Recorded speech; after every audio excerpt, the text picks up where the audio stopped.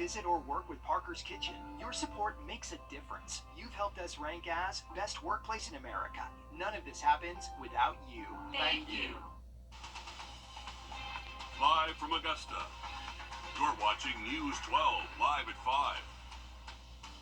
Well, live at 5, she was missing since Tuesday in Allendale County, but tonight a 27-year-old woman is safe and sound. Good evening, I'm Wrdw. And I'm Meredith Anderson. A happy ending to this story today after Jessica Rapsis had driven here from Florida. Investigators found her car with a flat tire and the keys still in it on some railroad tracks on private property, but for days there has been no sign of Jessica. That is until this morning, and your Kennedy Payne was there. She joins us live in Allendale. And Kennedy, any updates on how she's doing? Well, no updates as of how she's doing currently right now, but we did get an update earlier that, of course, she is found alive and well. The only thing that was really wrong with her is that she had some bug bites on her. So we do know that around 11:15 this morning, she was transported here. I'm going to step out of the way. She was transported here to Allendale County Hospital. She went up that ramp and into those doors. The Allendale Sheriff's Office, along with SLED, were about to have a briefing to discuss today's search for her. Shortly after, they got a dispatch call from SLED saying she was found. Law enforcement and EMS quickly arrived at Creek Plantation off of Steel Creek Road in Martin, South Carolina. The Allendale Chief Deputy says when they arrived, they saw Jessica in the back of a pickup truck. Now, this was not a law enforcement vehicle. She was transported again here to Allendale County Hospital and arrived at around 11:15 a.m. The Chief Deputy says that they are thankful she is alive and well and the help along the way.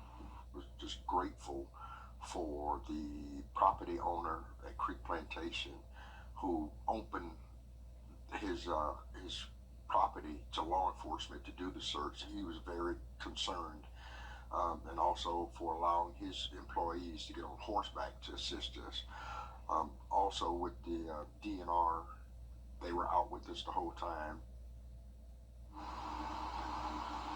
Now, the Chief Deputy of the Sheriff's Office also told me that they found Jessica's car on Tuesday after she was reported missing around 8 p.m. When they found it, it was on top of train tracks, and that, once again, was on private property at Creek Plantation.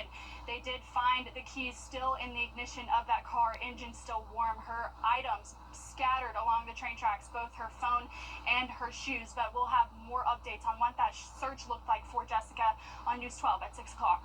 And when you hear details like this, you can only think of the worst possible scenario, but we have seen some of these situations end up much worse. So happy that she's been found safely there. Just so much, a huge effort there to get her back home as well. Yeah, and as the days ticked on, of course, the worry continued to rise. But wow, after missing for days, she is home safe and sound. We are so happy to be able to deliver that news. Thanks for that, Kennedy, and for being there today as that search came to a close with the best ending possible. Absolutely. Great update there. Yeah, a live look downtown at Augusta now. And Riley, Riley, thanks. The Grovetown Police Department is searching for a missing teenager. 15-year-old Sharday Hurton Chapman was last seen yesterday afternoon on Porter Lane. She is 5 feet tall and was last seen wearing a black jacket and white sleeves with black slides. If you see her or have any information about her, call the Sheriff's Office. Good news tonight for teachers and students starting the year in temporary classrooms. Westmont Elementary wasn't ready for the start of the school year, but Columbia County leaders say it will be ready to be open Monday. For most of the last 2 weeks, kids have been at the Columbia County Performing Arts Center, but next week they'll finally get to report to class in their brand new school on Oakley Perkle Road. And a heads up for anyone driving in that part of town, and if you're going to that new school, this is the new traffic pattern. The car rider line enters from Oakley Perkle. It snakes through that parking lot. The bus lane, you can see they're highlighted in yellow on the left side of your screen. If you need another look at this map or to see any of our previous coverage on the Westmont delays, you can head to our website or WRDW app.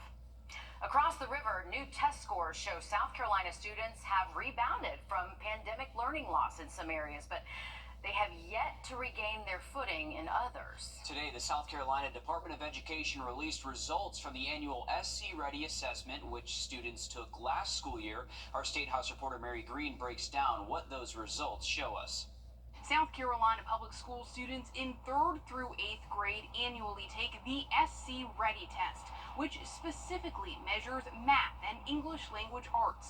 Scores show ELA, reading and writing, is a brighter spot, with 53% of students performing at or above their grade level, the same as last year and up from pre-pandemic scores. That's not the situation for math, for which only 42% of students across the state met their grade level expectations, slightly up from last year, but still below where students were before COVID. And the statewide averages in both areas fell far short of the South Carolina Department of Education's goal of 75% of students testing at least at their grade level. Patrick Kelly with the Palmetto State Teachers Association says to keep in mind standardized testing is just one measure of student achievement and progress, but he adds he believes reaching that 75% mark is attainable. But to have a big goal to reach for, I think, is compelling as long as we keep it in its appropriate focus.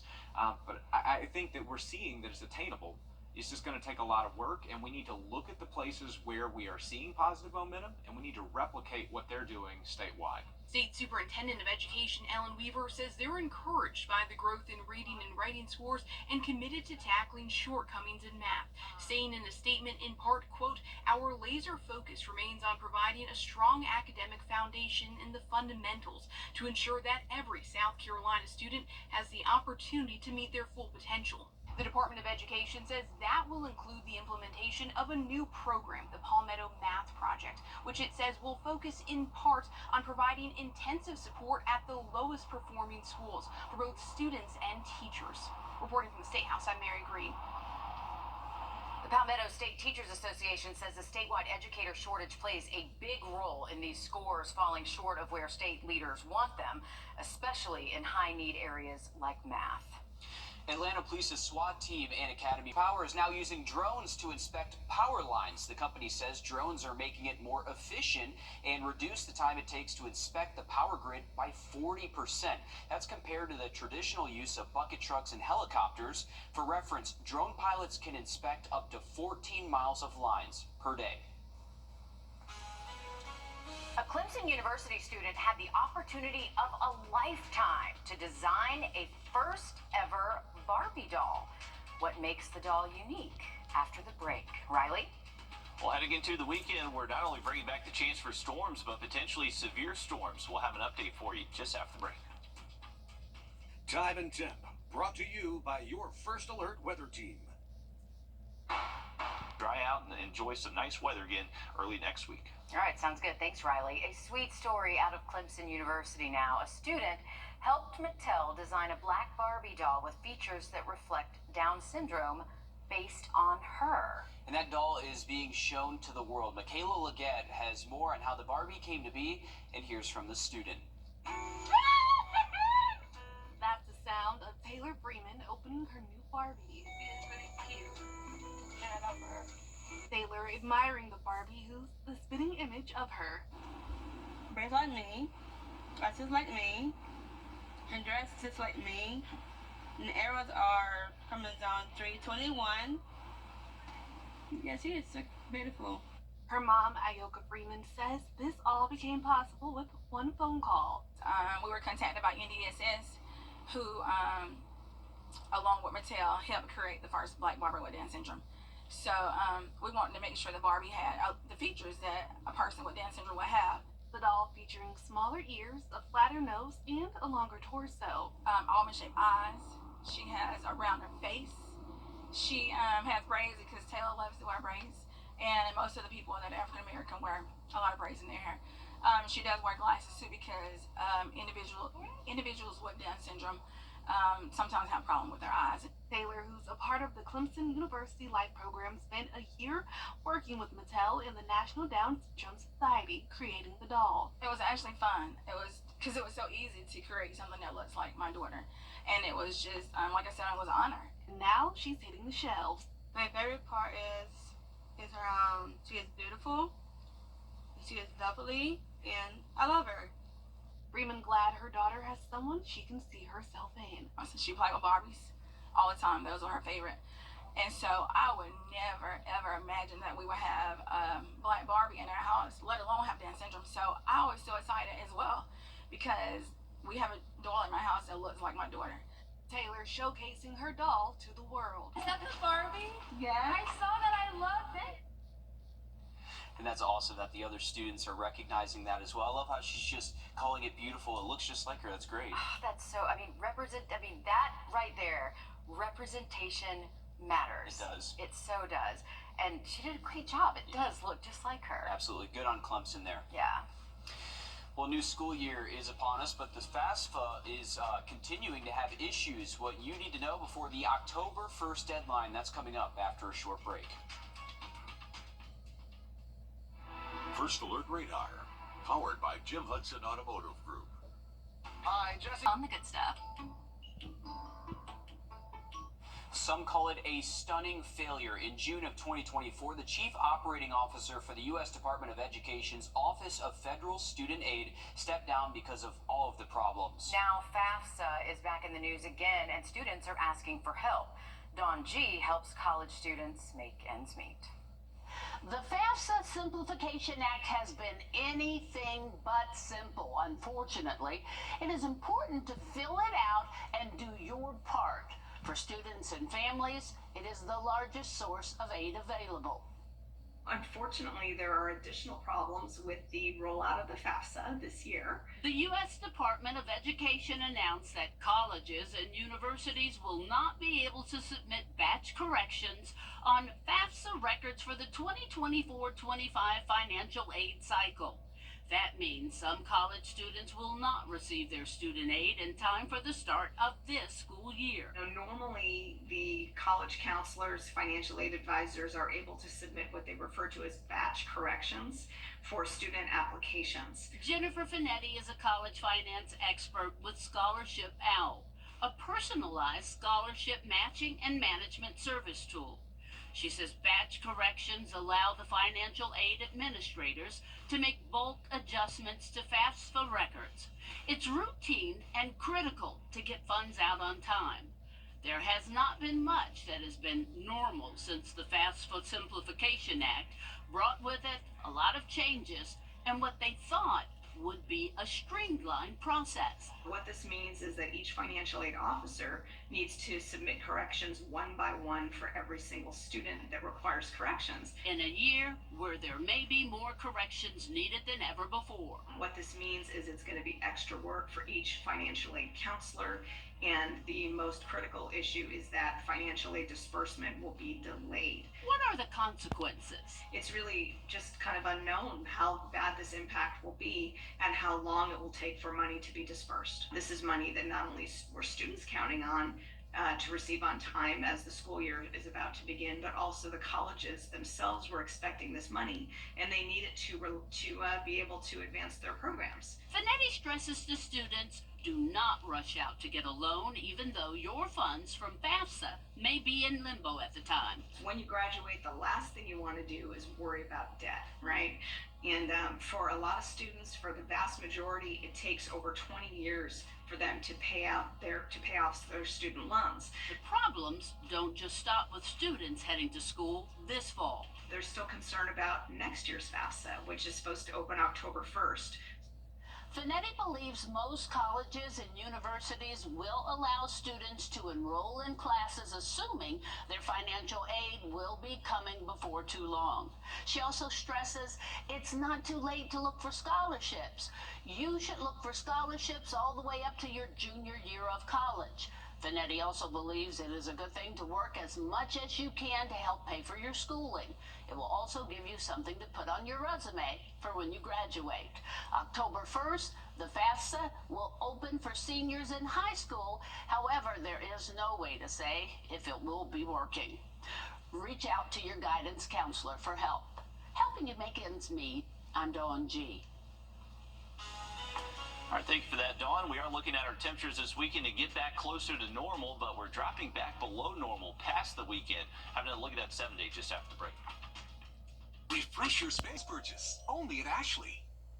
Well, take a look at this. An alligator decided to join beachgoers along the coast of Myrtle Beach earlier this week, prompting many people to take videos like you see here. Well, yeah. I mean, police had to come in and work to remove that unwelcome welcome visitor and ended up needing public works to help flush out a storm drain. Now, beachgoers there saying they usually think of sharks, as the biggest concern on the beach, not a gator. No, I think I've always seen that once, where there was a gator in the water near a beach, but not actually on a beach. That's pretty big. They don't like salt. I mean, salt water those are crocodiles, right? Alligators are freshwater, but they are starting to go into brackish water, right, Riley? Yeah, I wonder if maybe he just got pushed out of kind of the freshwater lagoon he was hanging out by. A bigger alligator ended up at the beach or something. But yeah, kind of unusual to see him in salt water. Usually they don't hang around the beach all too long, but luckily that one wasn't necessarily the biggest one they got around Myrtle Beach there. Hey, we got Chief Meteorologist Riley Hale for your first alert. Parker's House, a home for women, provides security for women as they seek safe and stable housing. Round up at checkout in Parker's Kitchen and we'll match 25% of your donation. You're watching News 12 live at 5. Continues.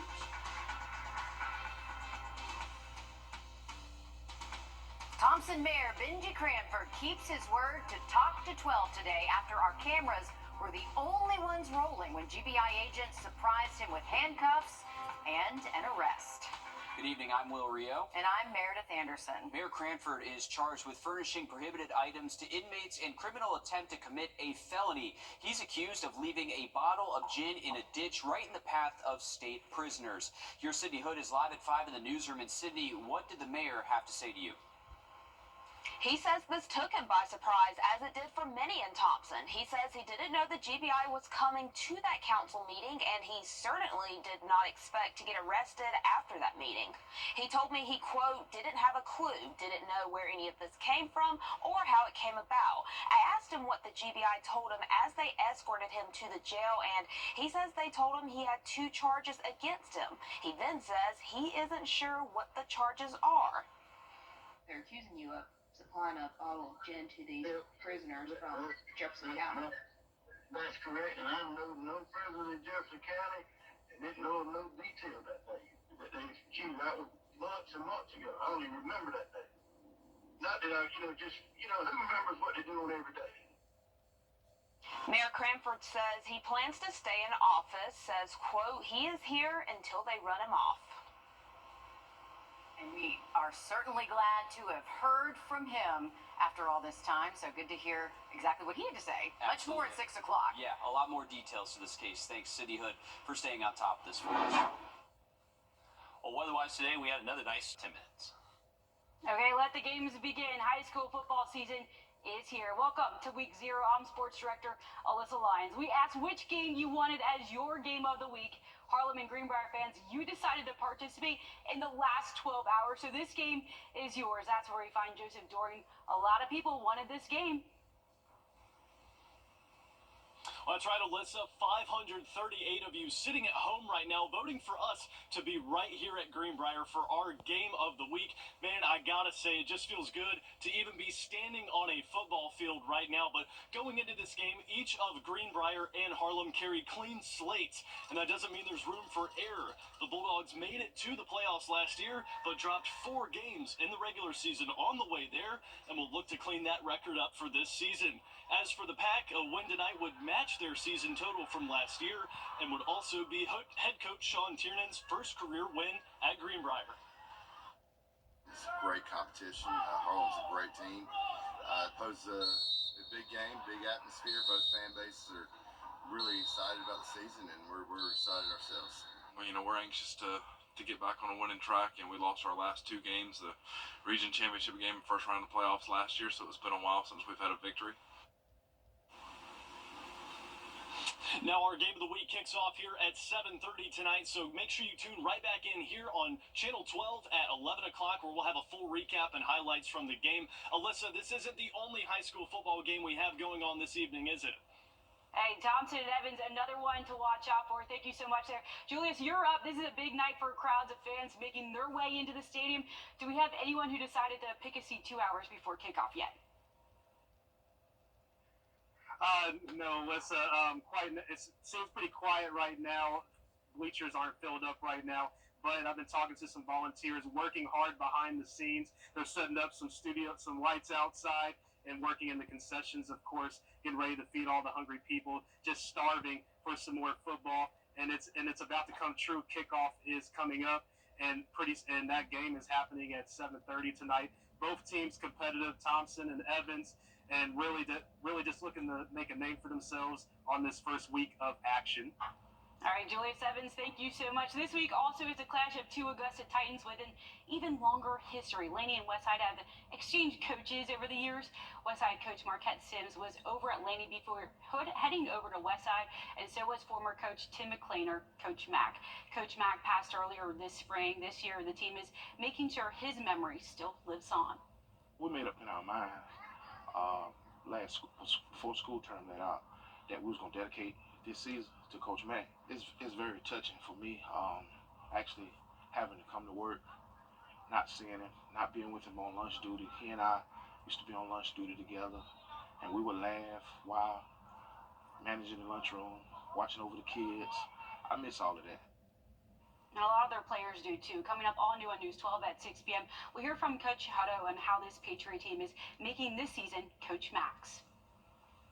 All right, thanks for that, Alyssa. And as football season starts tonight for Georgia high schools, there is still a big need for referees in those games across the state. President of Big East Football Officials, Dana Baker, says in previous years, officials would be worn out due to working multiple games a day.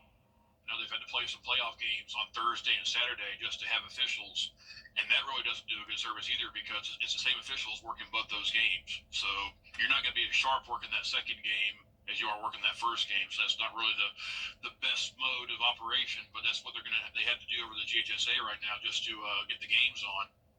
Baker also says that there are opportunities for people to become referees here in the Peach State as they look to hire more officials. Richmond County schools have been back in session for not even a month, and this week alone, we've had reports of a student with a knife on a bus at Richmond Hill Elementary School. A gun was confiscated at Butler High School on Friday. Yeah, on Monday, parents at Murphy Middle School received a letter about a knife being brought to school as well. And yesterday, the principal of Cross Creek High School sent a letter home to parents about a fight in the parking lot. During the investigation, the Richmond County School System says they found one student with a weapon but did not use it in the fight. The letter added that the incident is being addressed by the school system and the Code of Conduct. The Swainsboro City Council voted to hire a new fire chief. Last night at a special called meeting, Alima Mims was voted after Michael Strobridge announced his retirement in July. The former chief was arrested and charged with driving under the influence in 2021. President George Time and temp, brought to you by your First Alert weather team. Join us right. Chances there's not much rain in our forecast. Looking ahead to next work week, mostly sunny skies Monday through next Wednesday, and then maybe the chance for a few showers by next Friday. All right, thank you, Riley. A UPS driver is being praised after saving an elderly woman's life. Brittany Blake has more on the situation the driver found himself in and how he dealt with that moment. And what if that was my family member or my kids, or including me, how their son is. So I just feel like if you see somebody that need help, just do the best you can to help them by God's grace. Monday afternoon, Raheem Cooper was on his delivery route in this neighborhood when he drove past an elderly woman passed out in her driveway. He jumped off of his truck and went to check to see if anyone was at her home when he called 911 and began rendering aid to the woman. Shortly after, about 5 or 6 minutes later, the ambulance had came, and at that point, I helped to get on the stretcher, and the young lady had left because she had to go get her keys. So it's just about aggressive guy who was there to help her. Cooper said he left his name and number for the family before continuing his scheduled route. The next day, a Facebook post thanking him for his heroic efforts got thousands of likes. His mother, who was shopping for a piece of furniture for him at Badcock Valdosta, overheard the employees talking about the post. My mom, she was just so excited. She told him that it was her son, which is me. So they just told, they just gifted. They said if I come up there, they'll just give it to me free. So I'm truly blessed, and I thank them so much for blessing me. Angel Burkett, Badcock Operations Officer, said Cooper has been a longtime customer of their store. After hearing from his mother and reading the many comments on Facebook, she and her team felt it was only right to honor him by gifting him the piece he wanted to complete his bedroom set. In a world we live in where there's so much hatred, I think that's important to salute people who do stop and go out of their way to make the world a better place. That's the kind of guy you want delivering your packages right there. I love this so That's awesome. much. And you know what? He didn't expect anything in No. return. He was just being a good guy. Yeah. Cooper said he's been in contact with the family of the lady he helped on Monday, and she is going through a recovery process. He says that is a testament that when you do good things happen to you. But that's not why you do good things, which is the best part of the story. Good on him for stepping in. Yeah, love it. The Federal Trade Commission steps up enforcement to ban fake online reviews. I'm Jamie Tucker. Coming up, I'll explain how these new rules work and whether we'll actually notice a difference when we shop online.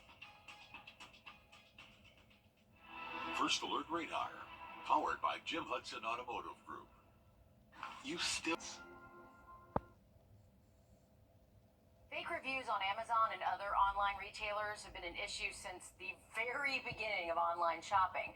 And now with the advances in AI, it's getting even harder to spot customer-written reviews by fake accounts. One analysis shows nearly half of all Amazon reviews are fakes or have been paid for. Our consumer tech reporter Jamie Tucker tells us now the Federal Trade Commission is stepping in to put a stop to them.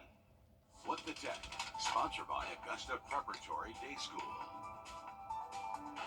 Yeah, about 75% of shoppers say they look at reviews before making a decision on which product to buy. They're very important to the businesses. Then the business owners and sellers flood those listings with fake reviews. Now the FTC says if they do that, they'll be fined. The FTC's new rules prohibit sellers from posting reviews written by AI or purchasing fake reviews that are either positive or negative. It requires reviews written by the company or associates and employees to state their connections with the business. And it prohibits sellers from offering compensation or enticements in exchange for positive reviews. If a business or seller is found to break any of these rules, the FTC has the power to fine them up to $51,744 per violation. The rules would seem to affect Amazon's Vine Voices program that allows sellers to offer free products in exchange for an honest review. Walmart has a similar program. Amazon has tackled fake reviews itself, removing more than 200 million suspected fake reviews in 2022, but they still persist. The website FakeSpot analyzed Amazon reviews and found 42% of them are fakes. The Federal Trade Commission says without the ability to impose fines on the offenders, enforcement of these new rules would have little effect. A seller with a listing with just 5 fake reviews could face fines of over $250,000. That's What the Tech. I'm Jamie Tucker. The FTC rules will go into effect 60 days after they are posted in the National Register. They should be in place before the holiday shopping season. Riley? Well, if you do the beach trip planned for the weekend, Ernesto is creating a very high rip current risk all the way from North Carolina down to Florida. So this impacts all our beaches along the Carolina and Georgia coastline. Be safe out there. I'll look at our local forecast again just after a short break. Kamala Harris. Georgia DNR announced a licensed Georgia falconer was drawn in the 2024 Wyoming Golden Eagle Allocation Lottery. Okay, only 10 participants are chosen each. Georgia DNR announced a licensed Georgia falconer was drawn in the 2024 Wyoming Golden Eagle Allocation Lottery. Okay, only 10 participants are chosen each year across the country. And this is the first time someone from Georgia has won. This specific bird is a golden eagle that was caught in Wyoming. DNR says that she was in poor health at the time, and she's being restored to full health now. Majesty is the only golden eagle in Georgia for falconry, and Majesty is free to fly away at any time as it's a partnership between her and the falconer as well. Pretty cool names there to describe that. And how cool is that bird? Oh man, a golden eagle, that is phenomenal. That's really cool. I'm gonna have to reach out to DNR to see if we can maybe meet Majesty, because that is a phenomenal specimen right there. Hey, we got a beautiful outlook for the rest of this evening. If you're stepping out tonight, this is a live look over Beach Island. Generally sunny skies out there. You can see a little bit of a haze on the horizon, but temperatures right now holding steady, upper 80s. It feels like 90 in most spots, but this is actually some of the nicest weather we could ask for in the middle of August. We are going to keep things nice and dry for this evening into tonight. Our overnight lows not going to be quite quite as cool as what they've been. They should stay in the low 70s for most spots. Into our Saturday afternoon, there's going to be the potential maybe for a hit or miss storm around late into the day. Doesn't look to be too widespread. I would say our better storm chances start to move in by Sunday. And remember, Sunday is when we actually bring back the risk for severe weather. So make sure you have a way to receive those alerts. Those storms look most likely, I would say, between 2 and 8 p.m. Sunday. So it's going to be kind of that afternoon outlook when a lot of us are out and about. So just stay weather aware. Next week does turn nice again, though, with mostly dry conditions. All right, thanks, Riley. Stick with us. We have much more news, weather, and sports coming up on News 12 at 6 o'clock, as well as our football show, high school football, officially back.